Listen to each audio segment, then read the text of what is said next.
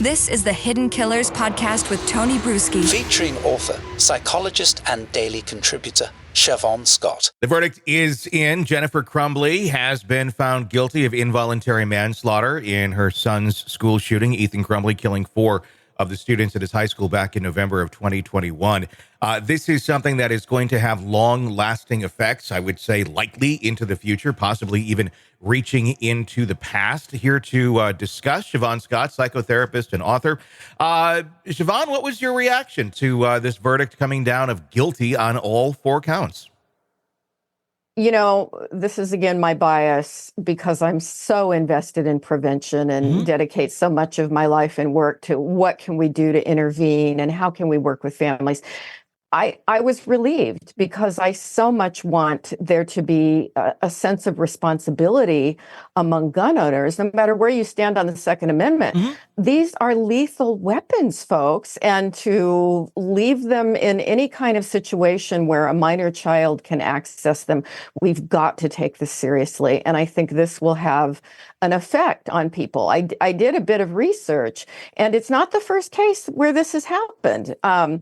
There was a case, in fact, in Michigan in 2000, where an uncle left a firearm in a shoebox.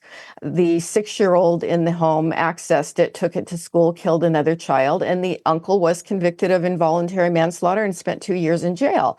So this was before, we had social media the way we have now. So I don't think that got a lot of publicity, but I just hope that if this saves one person from a school shooting, it's worth it to have some way to wake people up.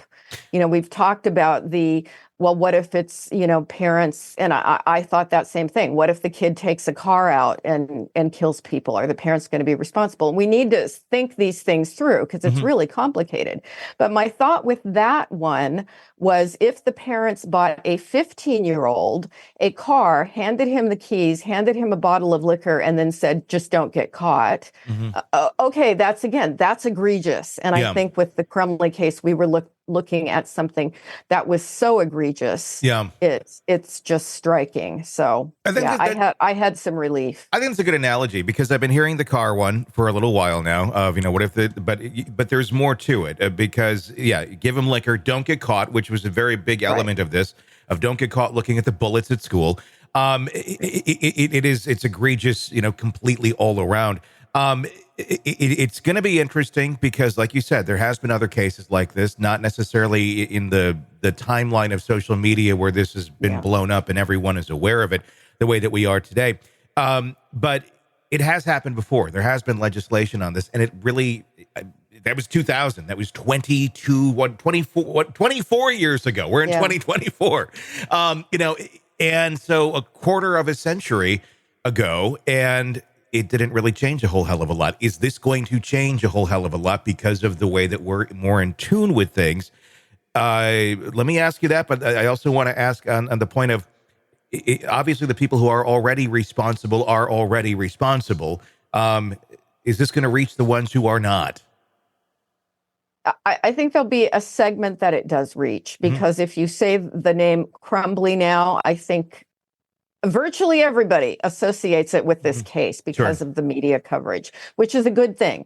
And so I think there are probably people who are a bit, lackadaisical and they just don't pay a lot of attention. I think it will make a difference for many, just as we do have data on safe storage laws. And in the states that have enacted safe storage laws, the rates of gun accidents with children have gone down. So, it's just like driving drunk. I mean, there are people who are always going to do it, and there are multiple offenders. They lose their license. They keep doing it. And does anything ever get through to those people other than locking them away? But there are lots of people who don't want that expensive DUI. And so because we have have criminalized drunk driving, and we take it very seriously now. I think this is similar. I think it will make a difference. I mean, and we obviously have those laws, and unless your home is being like raided, or there's police in your home for some reason, no one's really going to be looking and seeing how you're storing your weapons unless they have some reason to go into your home. Right. But at the same point, I do hope, and there's a lot of positivity out of this, or thoughts of positivity of things that are going to hopefully be better. I'm not trying to be the pessimist on this here, but okay, great. Maybe it'll reach a few more people, but it just doesn't seem to me like this is really the thing that's going to make a huge change, or if we're going to go down that path, and hopefully changes are made. There's so many things that need to go along with it. Because again, I go back to if you're already a responsible parent, or if you're kind of on the line of being a responsible parent, maybe that will reach you, or it already has reached you, and this is already not an issue in your home.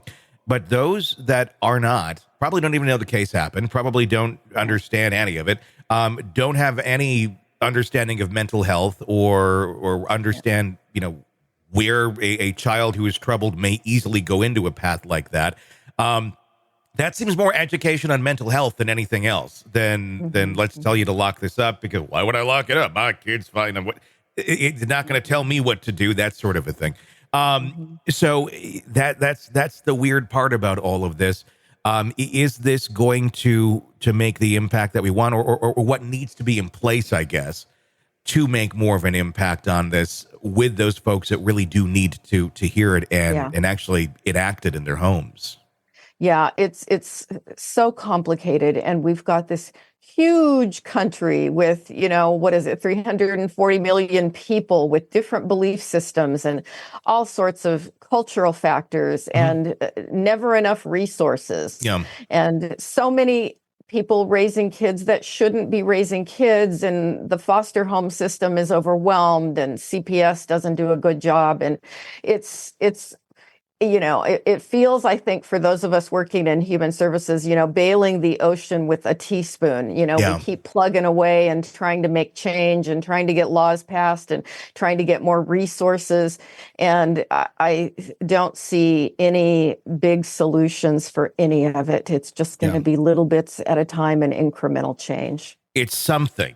And that's more than we had before it happened. It is something. So like you said, if it does make a difference in just a few homes, it maybe on a mass scale, those few homes in each community will make a difference. And, we'll probably thankfully, we won't know if it worked or not, because there won't be those events. Exactly. But obviously, no news is good news when it comes to school shootings. Yes. Fingers crossed that we make a difference. Even in one, it's worth it. Sick of the ads? We are too. Start listening with no commercials now and get access to all of our episodes in advance of everyone else. Become a True Crime Today Premium Plus subscriber on Apple Podcasts. Search True Crime Today Premium Plus on Apple Podcasts, or go to our podcast page and sign up now. True Crime Today Premium Plus. Sign up now.